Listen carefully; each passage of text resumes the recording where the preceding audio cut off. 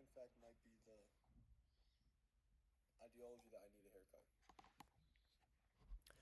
So, the ideology that I need a haircut has come true. We are looking trim. We are looking nice. Today, we are going back into the psychology video. What are we going to be talking about?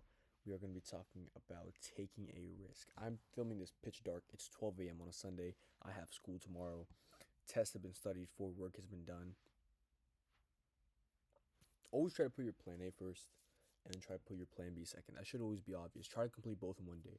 For me, I get my first work done, my side missions, all my side hustles done in one day, and then within the same day, I'll work my plan B. What is my plan B? Anesthesiologist, neurosurgery, anything along those lines. So, taking that risk, how is this going to look?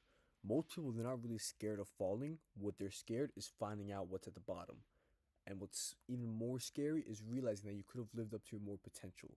When people say go to the graveyard, they don't mean go to the graveyard, reminisce by your loved ones. What they'll mean is go to the graveyard, wonder how much ideas did everyone really have before they got put 6 feet under. That's going to change your view in life. That's going to redirect everything that you've thought about. People are going to think that fear is a sign and it's a warning sign. In reality, it's not there to protect you. However, it means that your brain does not recognize what's coming next. So this is going to correlate with my next video. Your brain hates being uncertain. I've said that before. Your brain hates being in places where it haven't been. It likes being in places where it was before, even when the place where it was before is the worst place on planet Earth. So what are you going to do in that scenario? You're going to stay in the same routine. You're going to stay with the same people, same environment, same mindset. Not because it's good, but because it's familiar. This is the most important part of taking a risk. There's going to be a concept in psychology where it's going to be called loss aversion, something along those lines. And it's literally just going to mean that you're more afraid of losing what you already have than gaining something better. So even if your life is along the lines of average, even if it's draining you, and even if you want to hold on to it, it's going to be because you understand it. Here's the truth that no one tells you. The biggest risk is never falling. The biggest risk is staying the same. What have I said before in my previous videos? I have said I would much rather be in a bottom position than last year than stay in the same spot. Because if I'm in a bottom position, that means I've at least tried to change. That means I've at least tried to take risks rather staying the same, repeating the same day over and over and over again. That's horrible. No one wants to be in that position. Everyone wants to be above. It's great to be above. But if you're at the bottom, rather staying the same, it's good. It's a lot better because you at least try to change. So what if it was in the worst? You at least took a risk. When you stay the same, multiple opportunities are going to fly by. You're going to watch other people take risks that you were afraid to take.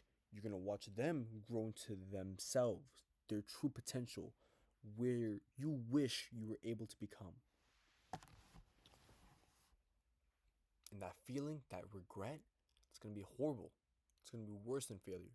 There was this quote I believe Bruce Lee said. It was along the lines of, the pain of discipline is 10 times better than the pain of regret. And the pain of regret is 10 times more excruciating rather than the pain of discipline.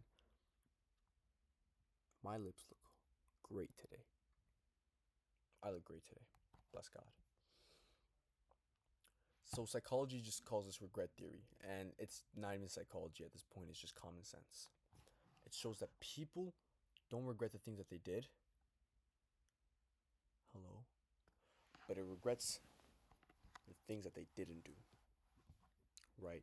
Everyone will regret the fact that they didn't take one action in their life.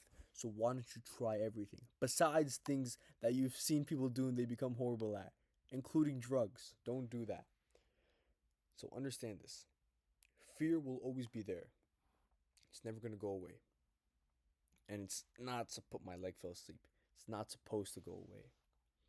Because your brain is not familiar. It's going to be scared. You're going to be scared. You're not going to be familiar with the unknown. It's good to be in the unknown, okay? The unknown is supposed to be faced.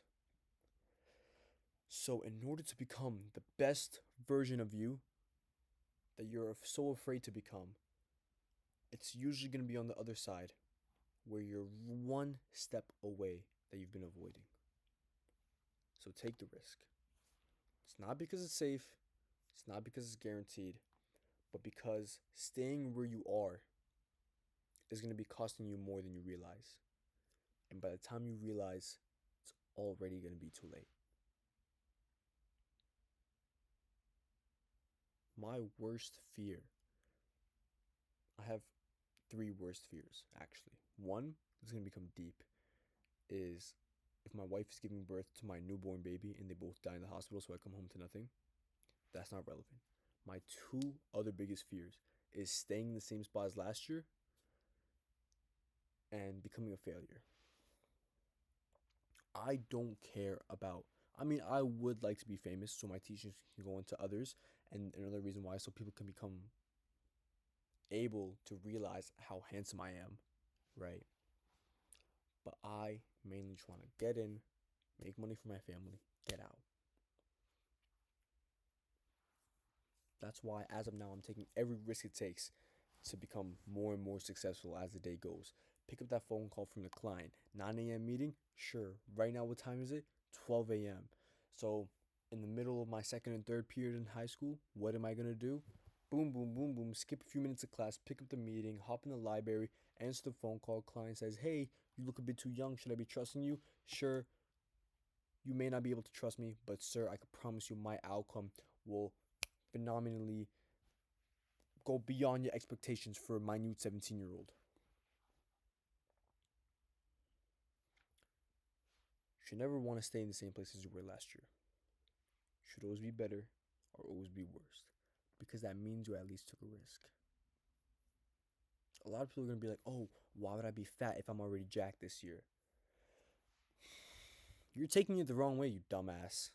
You shouldn't be taking a risk where you know it's just stupid, like picking up a Nutella or picking up the needle in the spoon in the lighter. Why would you be doing that? What's the matter with you?